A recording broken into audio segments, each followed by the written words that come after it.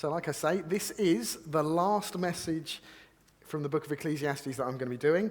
And just like all of the other messages, show you the stark reality that Ecclesiastes paints for us in all of its brutal glory, and then hopefully show how Jesus just changes it and turns what looks depressing and what looks miserable into something which is quite wondrous. And if you can remember any of the other messages in this series, you'll probably remember this. Ecclesiastes is brutal. It doesn't pull any punches at all. It's relentlessly logical, and it drives us to see things as they really, really are. It takes us where we don't like to go. And it's one man's attempt to see if he can find any meaning at all to life, if there's any meaning in work or pleasure. He's trying to suss out what you should do for however long you've got on this world. We're going to see his conclusion tonight, and hopefully it's going to be a useful one. At times, when you've looked through this book, the person speaking to us takes on the view as if God is not present. So he talks about life underneath the sun. And if there is no God, then he's quite relentlessly shown us there will be no justice in this world, so don't expect it. Our pleasures are at best bittersweet because everything ends, and every joy, every relationship is fragile and fleeting. Life is purposeless. Your work counts for nothing. Life is unpredictable, and it all ends. It's a really, really cheery book when you take God out of the picture. We are all, if you remember back to the very, very first message we had, like mist on glass, which is here 1 minute and gone the next. That is what we are like. That's what it is without God. And Tim Keller, a pastor that I really like, he sums it up brilliantly, I think. If you believe your beginning is purposeless and your end is purposeless, at least have the honesty to admit that everything in between is purposeless too. He would drive home what Ecclesiastes says to us as well. But when you throw God into the mix like we get in this book, while life under the sun without God may be fleeting and bittersweet, there is life above the sun. And one day God does bring justice, and all of our pleasures in life, whatever they might be, whatever brings you pleasure, is not bittersweet. It's a taster of what's ahead. Everything, work, every bit of leisure, every deed that you do, every glass of water that you give to the needy, every act of care and compassion that no one else sees echoes into eternity because God sees it and he rewards you. That's where we get to. But before we get there, we get one last opportunity for Ecclesiastes to kick us tonight. Just thought I'd do that one last time because it's going to confront us with the inevitability of the aging process and our own mortality. And it's going to do that. It's going to show us that in all of its glory, but it's also going to give us one last chance to be inspired by what Christ can do. So, it has been said, time is a great healer, but a lousy beautician. And I think that's a very fair thing to say. Up on the screen, for those of you who can see it, some of you who've been on my Facebook page may have seen this before, is a picture of two belts. The inner one is one that I found in a drawer the other week. It's the one I wore on my wedding day, on the setting that it was on my wedding day. The one around it is the current setting. There has been a little bit of growth since I got married. I maintain I was too thin. I think that's a much more healthy look now, that bigger belt. I don't know if you would agree. I don't think Lorna does. But hey-ho, that's the way it is. What I've noticed recently about myself as well is that my hair is changing colour rapidly and is losing territory. So yesterday afternoon, for the first time ever, I'd been in the garden all day and I suddenly started to think, it feels like the top of my head is getting burnt. That was not a great moment. Yeah, I did not enjoy that at all. And I had to search for a hat which I don't have. Now, where am I? I don't know, when I look at my life, whether there are more days behind or more days ahead at the moment. I think I'm in that grey area where you could argue it either way. Now, I don't know where you would say you are, but if that hourglass was your life, would you expect to see more sand in the top or more sand at the bottom at the moment? Maybe that's just one to utterly depress yourself with, I don't know. What we get in chapter 12 of Ecclesiastes is a brutally constructed picture of the aging process. So we're all going to be at different points along the scale of this, but this is what's going to happen to all of us unless something unpredictable occurs which shortens our lifespan dramatically. So in chapter 12 of Ecclesiastes, we get, in poetic terms, where each and every one of us is going. Do you feel like being depressed? Okay, we're going to do it anyway. So look at chapter 12. Let's go from verse 2 onwards. So do be reading through it. I'm going to go through it quite rapidly. It talks about a time when the lights of the world seem to dim. Clouds return after the rain. Life becomes storm after storm after storm after storm, where no sooner have you got over one complaint than another one is right there on top of you. So you just get over one illness, and there's another one, bang, right on the top of it. And when you wake up in the morning, there's a tablet for your blood pressure, there's one for blood sugar, there's one for arthritis, there's all other manner of tablets that I have no idea what they do. But there's tablets for everything. It's storm after storm after storm. It talks about, in those verses, a time when the keepers of the house tremble. It's talking about your arms. They just start, and your hands, they just start to shake a bit. You aren't as steady as you once were. It talks about strong men stooping. So people who were once powerhouses, once they get older, they're not quite there anymore. The back starts to bend. They're not as strong. The grinders cease because they are few. The time will come when it's likely you are less interested in toothpaste adverts, not that anyone should be interested in them, and more interested in denture grip adverts, because the grinders are few. There's not so many in the mouth as there used to be. Eyesight changes. The windows grow dim, so you need glasses for distance. You need glasses for up close. You need glasses for both at the same time. You might even have cataracts to deal with as well, because the windows are starting to grow dim. Your hearing degrades. So you can't sleep. You wake up earlier, so you wake up with the birds, but you can't hear their song as well as you used to hear it. You become forgetful. So there's all of these physical things, and then as to layer on top of it, it's not just physical. As you go down those verses, it talks about people being afraid of heights and danger in the street. As you start to get older, you will feel more vulnerable about going up a ladder or going out late at night because you're not feeling quite as safe as you were. The almond tree blossoms. Almond trees blossom is white. Your hair will change colour. Mine is in that middle stage at the moment, but it's going that way. The grasshopper drags itself along. Grasshoppers can jump incredible distances, but there's a time when those who could jump incredible distances shuffle and are slow. And then, what have we got as well? Desire is no longer stirred. And you know what? Sometimes the translations of the Bible, they sanitize things for us.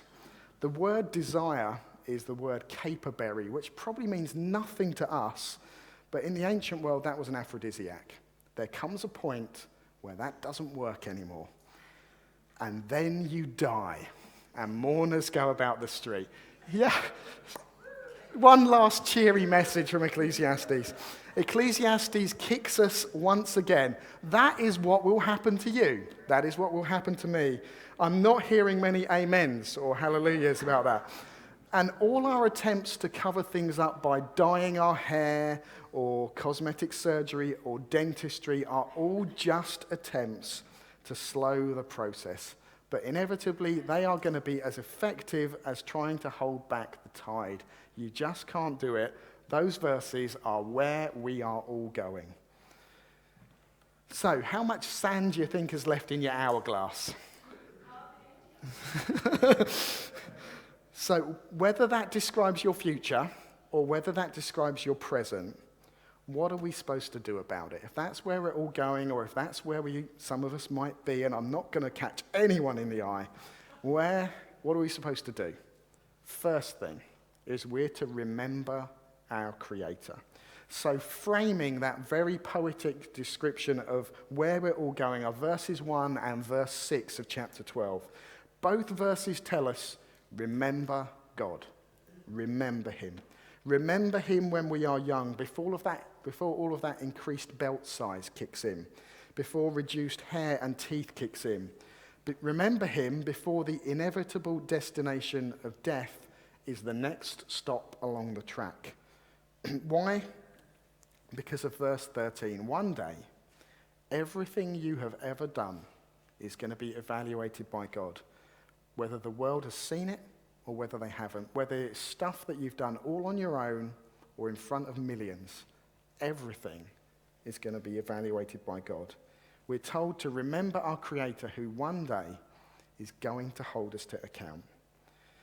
You know, if there is no God, then you have no Creator. You are just a thing that happens to exist. Your existence has ultimately no purpose, but created things have a purpose. If you make something, you make it for a reason, and it's supposed to fulfill that reason. We're supposed to fulfill the reason that God made us. Created things have purpose. In our garden, until yesterday, we had a greenhouse. It's been manufactured by the greenhouse-making people, whoever they might be. It is supposed to be a place where things grow. Things like cucumbers and tomatoes and melons and all sorts of fruits and vegetables are supposed to thrive within that greenhouse. What did I use it for? It was a see-through shed. That was it. The only plants that grew in that were weeds which just happened to find their way in there. Uncultivated, unfruitful. It was given a purpose by its creator. I gave it my own meaning, which just doesn't quite match up. Now, the rest of this illustration is going to be a stretch, but stick with me. What would happen if the manufacturer of my greenhouse would come to visit? And what would have happened if he'd been given authority to evaluate how I used the greenhouse, whether it was meeting the standards that it was supposed to, and if he was going to reward or chastise me based on what it looked like? I think his evaluation of my greenhouse would have gone something like this. He would have said things like this: where are the plants? Where are the plants? Where are the cucumbers? Where are the tomatoes? Where is the greenery? Why are there weeds in here? What on earth are you doing putting a freezer and a tumble dryer in a greenhouse? If such an inspector existed, he would say, I am unfit to own a greenhouse, and that's the reason why we're getting rid of it. It's the same with our lives, though. God has given us bodies. He's given us a lifespan, and he wants us to use them. He's given them to us in trust, and he wants us to use them in ways that he said for his glory, because he's the creator, and he has the right to say what we should do with what he's given to us. He knows what's ultimately good for us. He does. And he wants us to do things in line with the manufacturer's instructions. I'm losing my illustration, but if you, in your life, have a freezer where you should have cucumbers, it's not quite going to work. I've lost that one. Let's let that go. And that's what lies behind verse 13. Fear God, be in awe of him, because one day he's going to hold you to account. If he designed you and he constructed you, if we follow his commands, we thrive. He's made the world a certain way that if we follow his commands, we should thrive if everything works the way it's supposed to. We'll live lives of meaning. We'll be satisfied. When a created thing isn't used in line with the instructions, it never fulfills its potential. Never, ever does. Now, are you living like that? Are you not living in line with the way God has made you? If so, there's some things you need to do. And what we're going to do to start with is we're going to start with some things to apply this for those who've maybe got more sand in the hourglass than gone. But if you're thinking, well, that's not me, just keep listening, because this is applicable to you as well, but it's probably more applicable to them. So look back at chapter 11 and verses 7 to 10 there. So it's talking a lot about young people there. And what are they supposed to do? They're supposed to remember God, but they're also to remember to 12. What you see we supposed to live like before we get there? Well, in verse 9, you get, you who are young, be happy while you are young. Follow the ways of your heart and whatever your eyes see, but know that in all things God will bring you into judgment. The most productive time in your life is usually when there's more in the top of the hourglass than there is at the bottom. That's just the way it is. You've got more energy, you've got more drive, you've got more determination to get things done. When your brain is firing well and you don't occasionally forget people's names, which is again something that I'm noticing I'm doing, which is really worrying. In this period of your life, you have the possibility to do something incredible because you can align all of your youthful energy with all of God's purposes. And if you do that, that's something quite potent. You can have a lifetime of making a difference for God. These verses are instructing people who've got more sand in the hourglass still to drop to be happy, to seek joy, and to go after things. They're saying, dream big. Don't just be content with a mediocre life. Don't be content with just an ordinary life. If there's something you want to do, it's saying, do it. Follow the ways of your heart and whatever your eyes see.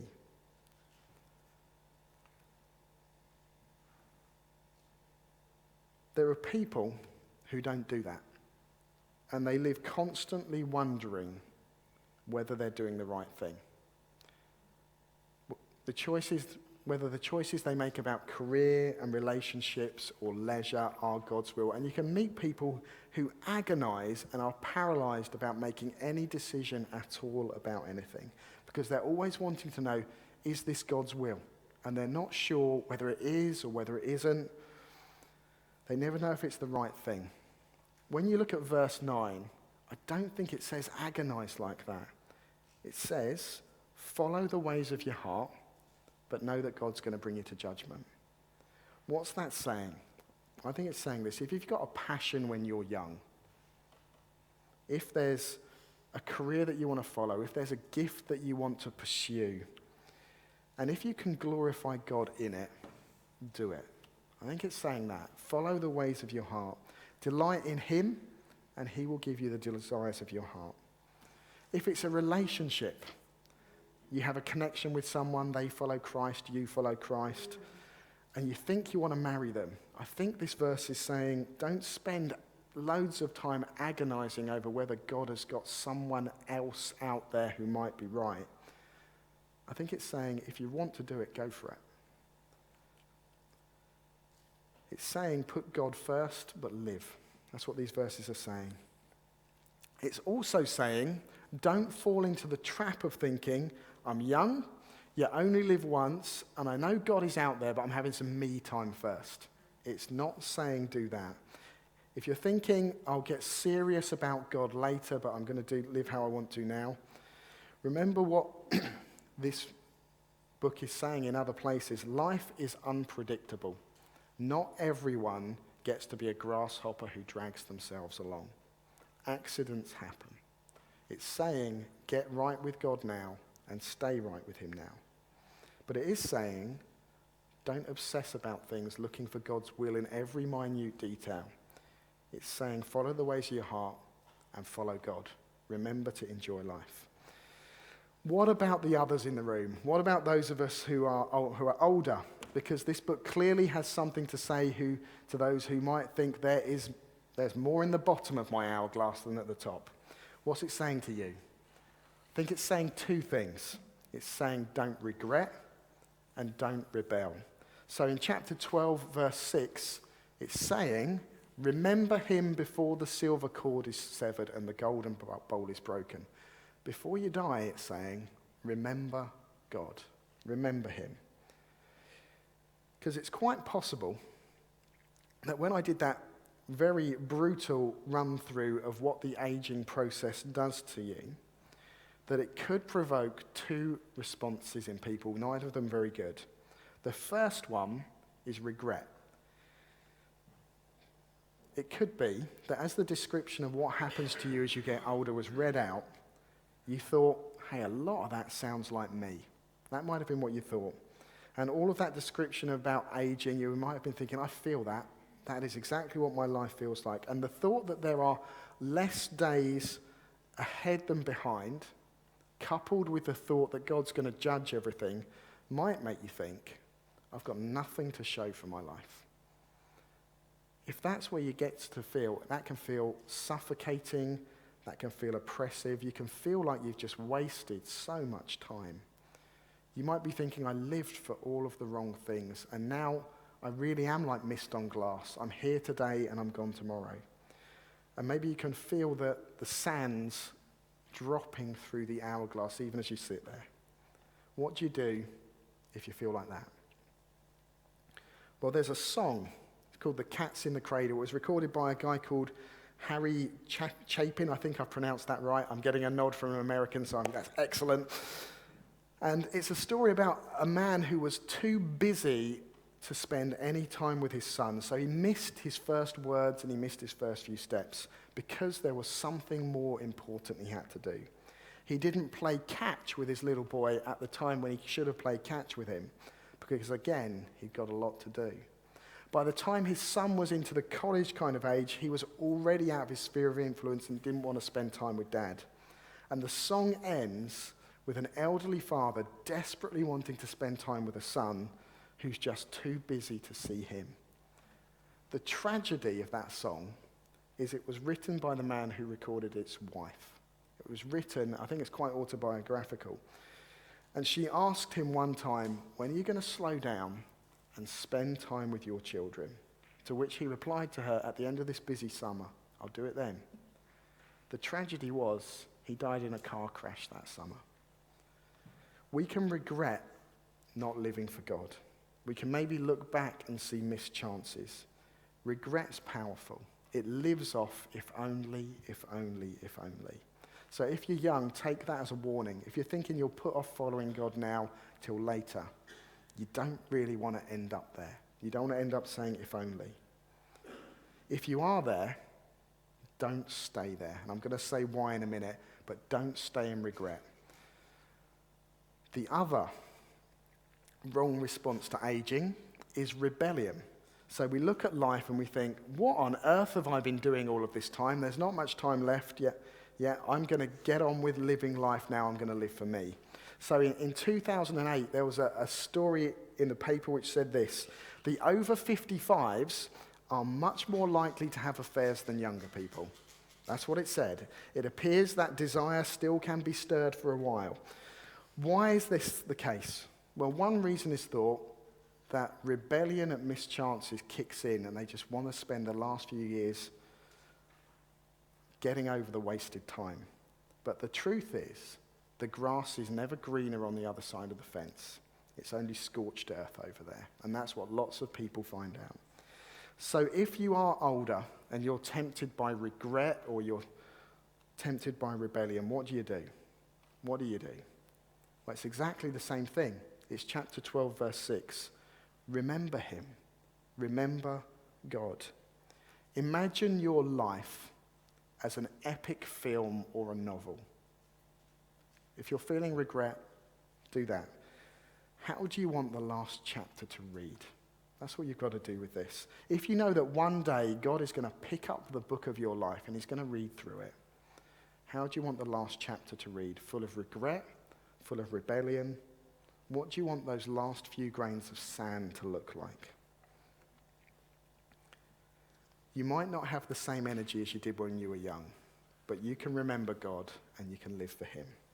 So I want to encourage you with a couple of stories of people who did exactly that. They embraced the last few years of their life. So, Winston Churchill, we probably know who he is very, very well. In 1940, at the age of 66, he becomes Prime Minister. And I think we can say he was probably quite a good one. He did fantastic things at that age in his life.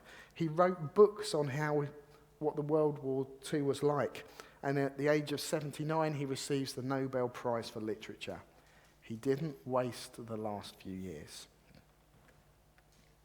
An American poet, a name by the name of Oliver Wendell Holmes, one of those kind of prolific guys, he started to study Greek at the age of 94. At the age of 94, let's do something. Let's study Greek. And when someone asked him why he was doing that, his response was this: well, my good sir, it's now or never. He was not going to waste his last few years.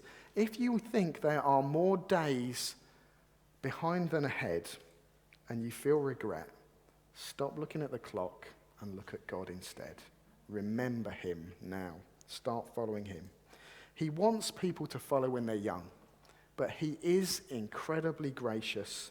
And if someone wholeheartedly comes to him and says, I want to follow you in whatever time I've got left, he will embrace that person and he will use them at any age at all. One last example, which is not going to be on the screen. There was once a man who was in a position of power and prestige. He hoped, as a young man, to deal with injustice that he witnessed in his country. He was desperate about it. He was passionate about it. He was maybe a bit too passionate. Because at a point in his life when he was arguably at the height of his physical powers, trying to put things right, he kills someone and he has to flee that land that he lived in. His passion to put things right was a massive wrong. He then lives for 40 years in relative obscurity, looking after his father-in-law's business. And maybe for those 40 years he felt regret each and every single day that he couldn't help out where he desperately wanted to help out before. And maybe as he got to his late 70s, he felt the sting of a chance missed really starting to come through. It was at that point that God met him at a burning bush and sent him back to Egypt to lead his people out of there. At the age of 80, God decided to use Moses, and I think we can safely say the last few chapters of Moses' life were quite good. I'm understating things. They're a page-turner. He uses those last few years to bring real glory to God.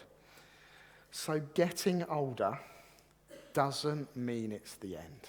If you feel regret at wasted time, it doesn't mean it's the end, because we have an example in the Bible of someone at the age of 80 being used to do something utterly remarkable by God. It's simply saying, this book, remember him before the silver cord is severed. While there's still time, do things for God. So however old you are, however many of those descriptions of old age you can identify with. So if you went through that list about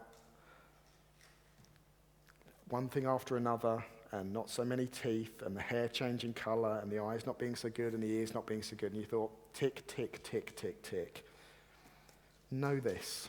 The book of Ecclesiastes says this: without God, absolutely nothing matters.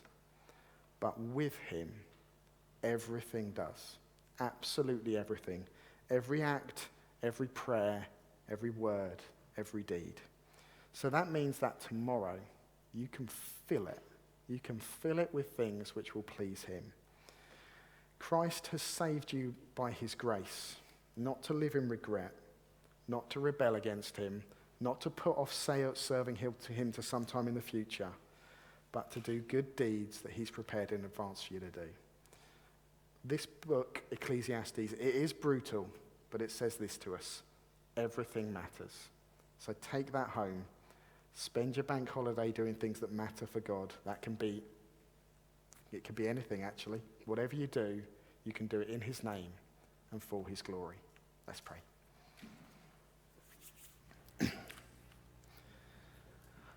Father God, I want to thank you for this book of Ecclesiastes. I have had tremendous fun going through it. It's brutal. It reveals to us what life is like when you're not in the picture. It reveals to us what life is like when you are. And it speaks to us with a very modern voice that if you're not in our world, then we're going to struggle to find meaning. But if you are, then absolutely everything we do drips with meaning. Making a cup of tea without being asked for someone in our house is something we can do for your glory. Reading a book to help us find out more about you is something we can do for your glory.